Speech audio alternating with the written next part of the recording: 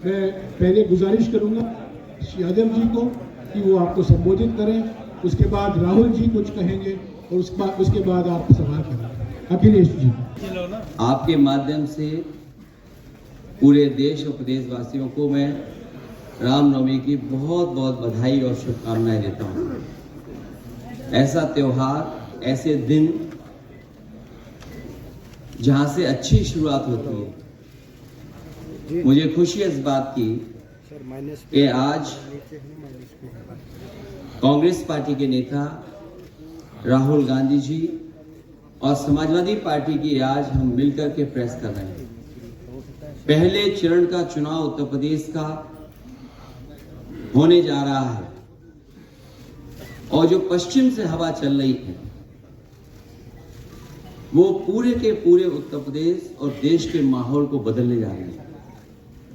आज गाजियाबाद में बैठे हैं। इस बार भारतीय जनता पार्टी को गाजियाबाद से लेकर के गाजीपुर तक इंडिया गठबंधन सफाया करने का काम करेगा। आज किसान दुखी है। तमाम जो वादे किए थे, भारतीय जनता पार्टी की हर बात झूठी निकली। उनके वादे झूठे। न किसान की आय दोगुनी हुई, न नौजवान को नौकरी रोजगार मिला, और जो सपने दिखाए थे विकास के वो भी अधूरे हैं। जो इनका नैतिकता का बुलबुला था वो भी टूट गया। इलेक्टोरल बॉन्ड ने इनका बैंड बजा दिया। भारतीय जनता पार्टी सभी भ्रष्टाचारियों का गोदाम बन गई। न केवल भ्रष्टाचारियों को ले रहे हैं, बल्कि भ्रष्टाचारियों ने जो कमाया है उसको भी अपने साथ रखें। जहां उत्तर प्रदेश देश का सबसे बड़ा प्रदेश है, डबल इंजन की सरकार में जो दावा करते रहे डबल इंजन, उनकी होर्डिंग देखिए आप कि अब डबल वहां पर नहीं दिखाई देते हैं, अकेले दिखाई दे रहे हैं। इनके प्रत्याशी होर्डिंग से गायब हैं और चुनाव के बाद होर्डिंग पे जो अकेले हैं वो भी गायब हो जाएंगे और सफाया होने जा रहा है। इनका एक ही नारा है, झूठ बोलने का और लूटने का। लूट और झूठ भारतीय जनता पार्टी की पहचान बन गई। पेपर लीक कितने हुए हैं? एक दो होते तो ठीक था, लेकिन 10 पेपर लीक हुए। और मैंने कई मौकों पर वो बात बताई कि अगर एक परिवार के हम केवल 3 सदस्यों को मान लें, जिस व्यक्ति ने परीक्षा लिखने की तैयारी की, जो परीक्षा नहीं दे पाया पेपर लीक के कारण, और उसके माँ बाप को अगर हम जोड़ लें तो ऐसे 60 लाख नौजवान हैं। 60 लाख नौजवानों का भविष्य अंधकार में डाल दिया। और अगर 60 लाख का गुणा करें हम 3 से, 1 करोड़ 80 लाख, और 1 करोड़ 80 लाख को अगर हम डिवाइड कर दें 80 लोकसभाओं से, तो भारतीय जनता पार्टी का 2,25,000 वोट हर लोकसभा में कम हुआ है। इसलिए एक भी वोट बट ना पाए। जहां हमें मतदान करना है वहीं मतदान के दिन हमें सावधान भी रहना है। अगर हम सावधान रह करके मतदान करेंगे और अपने बूथ की चौकीदारी करेंगे तो भारतीय जनता पार्टी का सफाया होगा। आने वाले चुनाव में ये देश का चुनाव है। देश की जनता बदलाव चाहती है और बदलाव की हवा पश्चिम से उत्तर प्रदेश से चल रही है। और मुझे पूरा उम्मीद है आने वाले समय में इंडिया गठबंधन और नई सरकार देश में दिखाई देगी। नमस्कार। रामनवमी की आप सबको, देश को बहुत बहुत शुभकामनाएं। ये चुनाव विचारधारा का चुनाव है। एक तरफ आरएसएस और बीजेपी जो संविधान है लोकतांत्रिक सिस्टम है उसको खत्म करने की कोशिश कर रही है, और दूसरी तरफ इंडिया गठबंधन कांग्रेस पार्टी संविधान को, लोकतंत्र को डिफेंड करने की कोशिश कर रही है, उसकी रक्षा कर रही है। चुनाव में 2-3 बड़े मुद्दे हैं। सबसे बड़ा बेरोजगारी, दूसरे नंबर पर महंगाई, भागीदारी। मगर बीजेपी 24 घंटा डिस्ट्रैक्शन करने में लगी रहती है। कभी प्रधानमंत्री समुद्र के नीचे चले जाते हैं, कभी आसमान में सी प्लेन पे चले जाते हैं, मगर जो मुद्दे हैं उनके बारे में ना प्रधानमंत्री ना बीजेपी बात करती है। कुछ दिन पहले प्रधानमंत्री ने ANI को बहुत लंबा इंटरव्यू दिया। स्क्रिप्टेड था मगर फ्लॉप शो था। प्रधानमंत्री जी ने उसमें इलेक्टोरल बॉन्ड्स समझाने की कोशिश की। प्रधानमंत्री जी कहते हैं कि इलेक्टोरल बॉन्ड्स का सिस्टम ट्रांसपेरेंसी के लिए लाया गया, राजनीति को साफ करने के लिए लाया गया। अगर ये सच है तो उस सिस्टम को सुप्रीम कोर्ट ने रद्द क्यों किया? और दूसरी बात, अगर आप ट्रांसपेरेंसी लाना चाहते थे तो जिन लोगों ने आपको पैसा दिया, बीजेपी को पैसा दिया, हजारों करोड़ रुपए दिए, उनका नाम आपने क्यों छुपाया था? और जिन तारीखों पे उन्होंने आपको पैसा दिया उसको आपने क्यों छुपाया था? पता लगता है हजारों करोड़ रुपए का कॉन्ट्रैक्ट किसी कंपनी को मिलता है, उसके एकदम बाद वो कंपनी बीजेपी को पैसा देती है। सीबीआई की इंक्वायरी होती है, ईडी की इंक्वायरी होती है, किसी कंपनी पर शुरू होती है, उसके 10-15 दिन बाद कंपनी करोड़ों रुपए बीजेपी को देती है और फिर सीबीआई की इंक्वायरी, ईडी की इंक्वायरी बंद हो जाती है। सड़क पे इसको एक्सटॉर्शन कहते हैं, एक्सटॉर्शन कहते हैं सड़क। तो ये जो है इलेक्टोरल बॉन्ड्स का जो स्कीम है, ये दुनिया का सबसे बड़ा एक्सटॉर्शन का स्कीम है। हिंदुस्तान के सारे बिजनेसमैन इस बात को समझते हैं, जानते हैं, और प्रधानमंत्री जितनी भी सफाई देना चाहे कोई फर्क नहीं पड़ने वाला है, क्योंकि पूरा देश जानता है कि प्रधानमंत्री भ्रष्टाचार के चैंपियन है। अच्छा, एक और बात, आपने जयराम जी आपने कहा कि जो भी आपको क्वेश्चंस पूछने हैं आप पूछेंगे और ये ओपन एंडेड प्रेस कॉन्फ्रेंस है।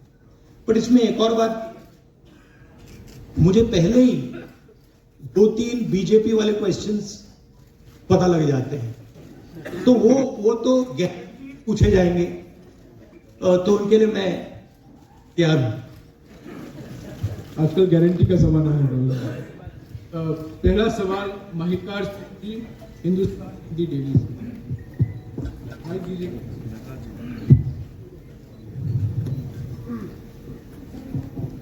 राहुल जी, स्वागत है आपका।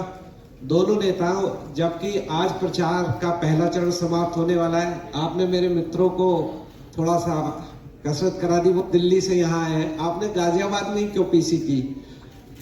यूपी और दिल्ली छोड़ के गाजियाबाद में पीसी हो रही है। दूसरा सवाल ये है राहुल जी से कि लोग तो गुजरात छोड़कर पीएम बनने के लिए बनारस आते हैं, आप बाय नाइट चले गए, तो क्या अमेठी या ये बीजेपी वाला क्वेश्चन है। पहले ही opening ball BJP question. Very good, शाबाश। देखिए, अमेठी की बात कांग्रेस का डिसीजन है, जो भी मुझे ऑर्डर मिलेगा मैं वो करूंगा। सीईसी मीटिंग, हमारी पार्टी में सीईसी मीटिंग्स में ये डिसीजन लिए जाते हैं। बट पहला बीजेपी का question, good question, thank you. मेरा सवाल आपसे ये है कि यूपी में न केवल यूपी में बल्कि पूरे देश में इस बार कांग्रेस ने अपने बहुत कम प्रत्याशी 268 अभी तक सामने आए हैं और यूपी में तो 80 सीटों के मुकाबले केवल 17 सीट हैं। ऐसा क्यों? क्या ऐसा मान के चल रहे हैं कांग्रेस की आप कमजोर चल रहे हैं या यूपी में कमजोर है कांग्रेस इसलिए सपा या आपकी गठबंधन बाकी सहयोगी पार्टी सीट नहीं देना चाह रही है? नहीं, हमने डिसीजन लिया है कि इंडिया गठबंधन चुनाव लड़ेगा और हमने सीट शेयरिंग की है और ओपन माइंडेड तरीके से दिल खोल के हमने सीट शेयरिंग की है।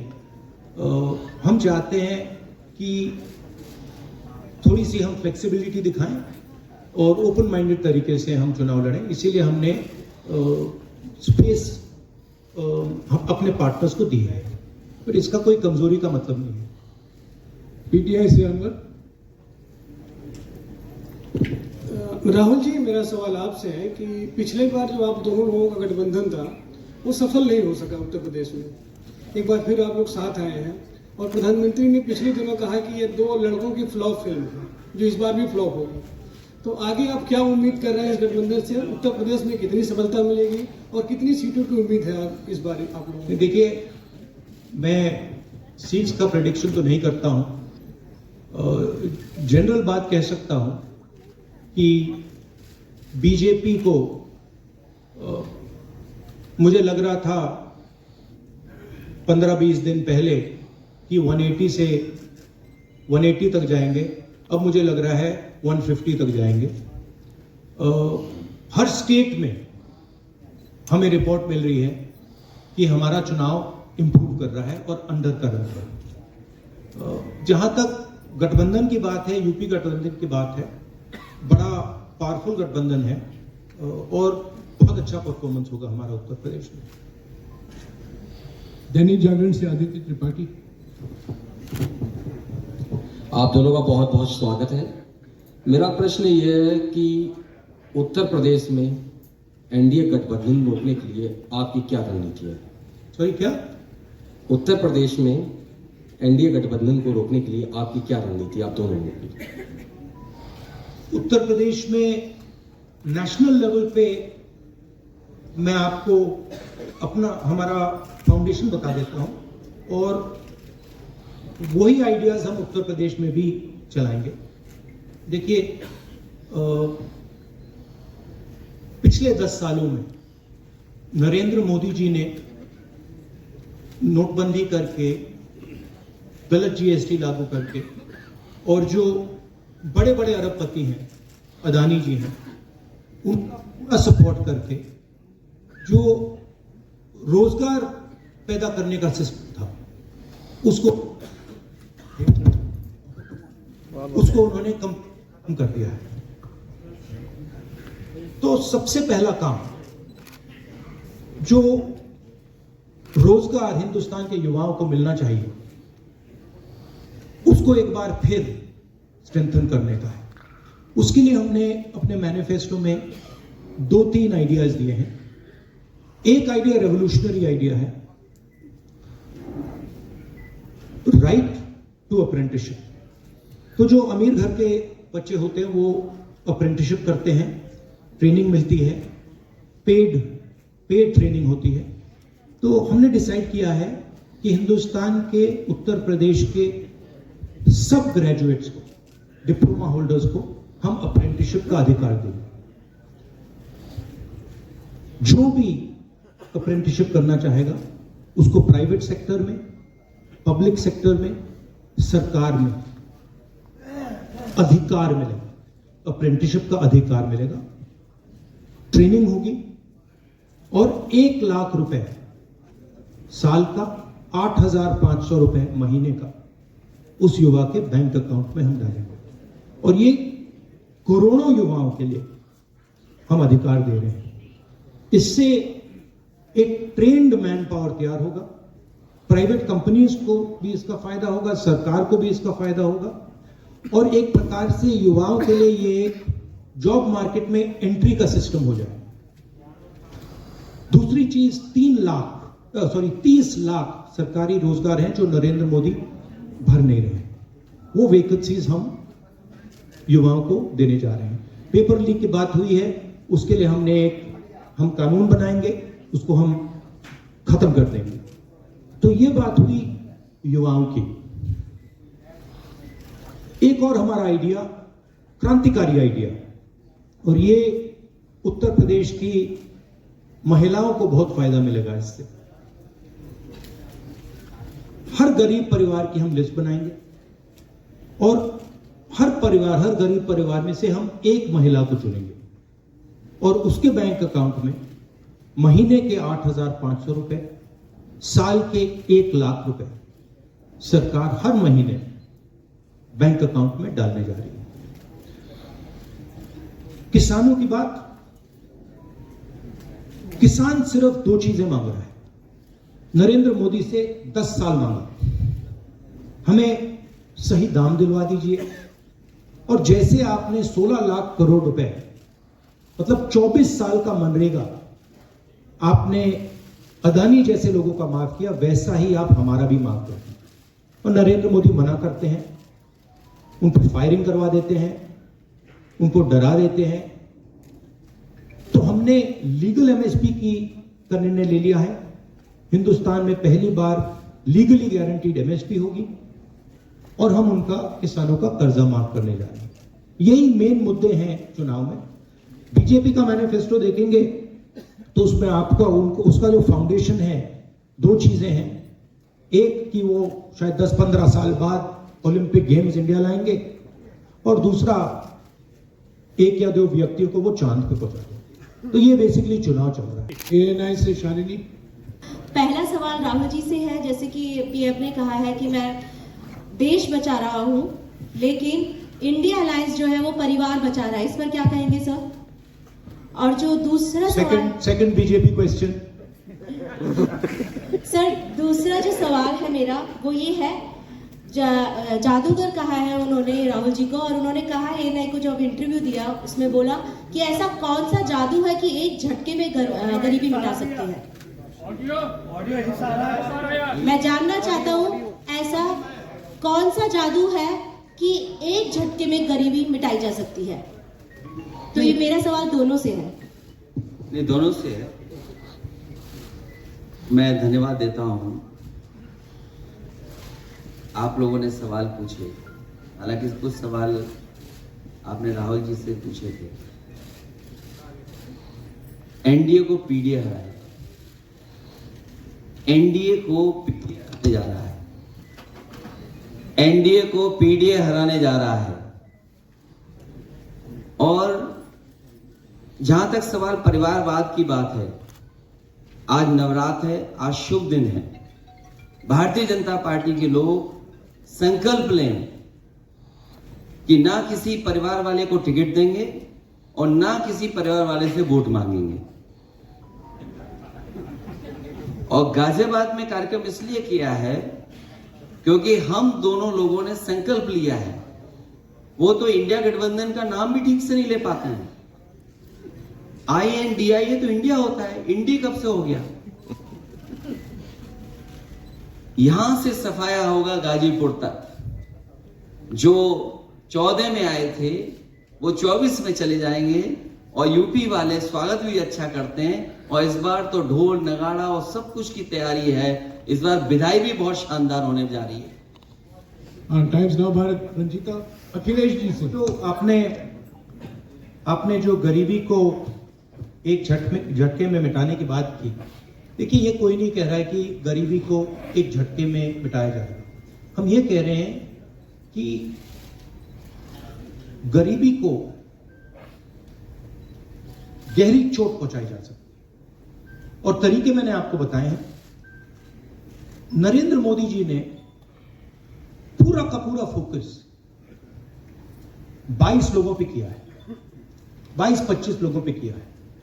आज की सच्चाई है कि 22 लोगों के पास उतना धन है जितना 70 करोड़ लोगों के पास है। गरीबी का यह भी कारण है कि नरेंद्र मोदी जी ने सारा का सारा धन कॉन्सेंट्रेट कर दिया है, 20-25 लोगों को पकड़ा दिया है।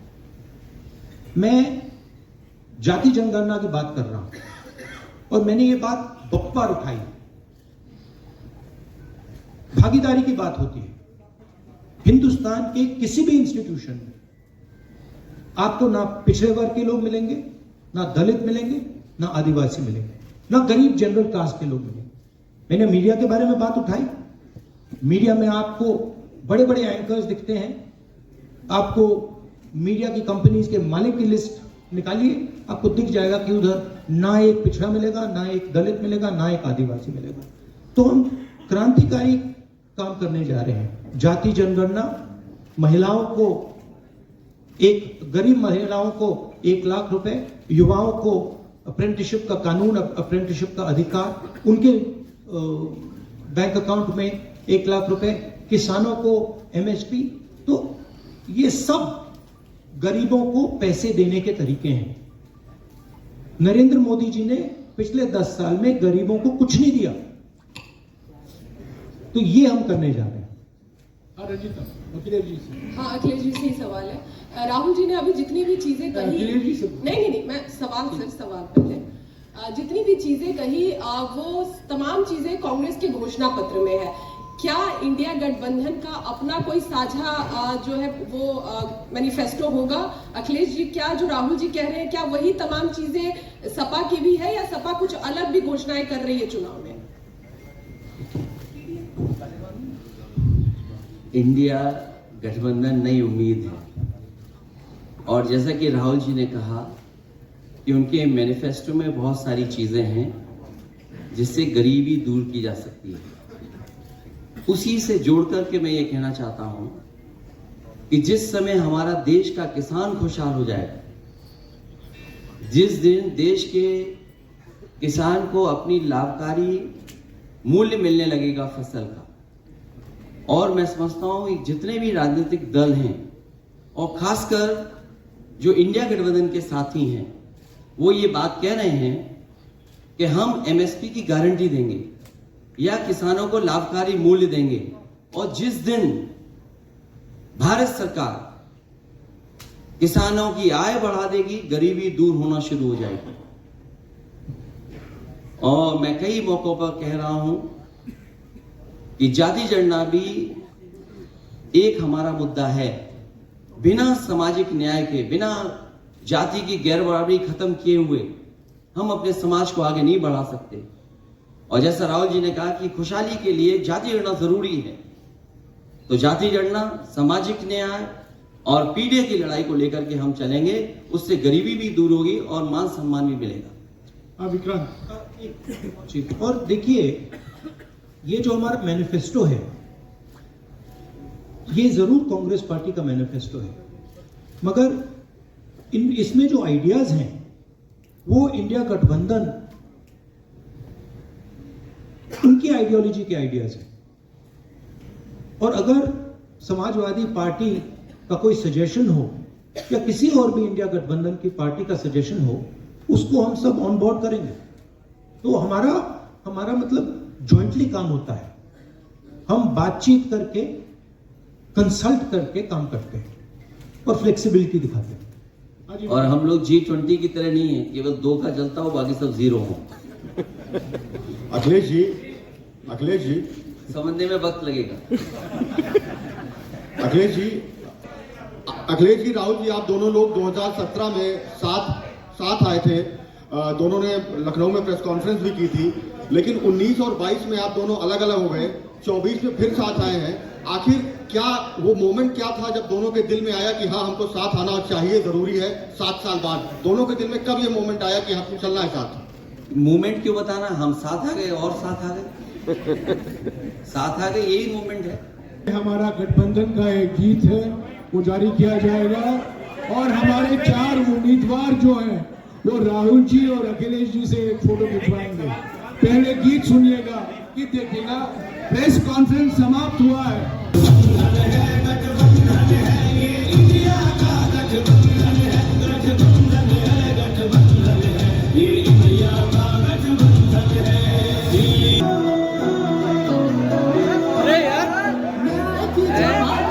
देश की जरूरत है, हक की जो बात करे, देश देता हिम्मत है, युवाओं में जाकर एक जैसी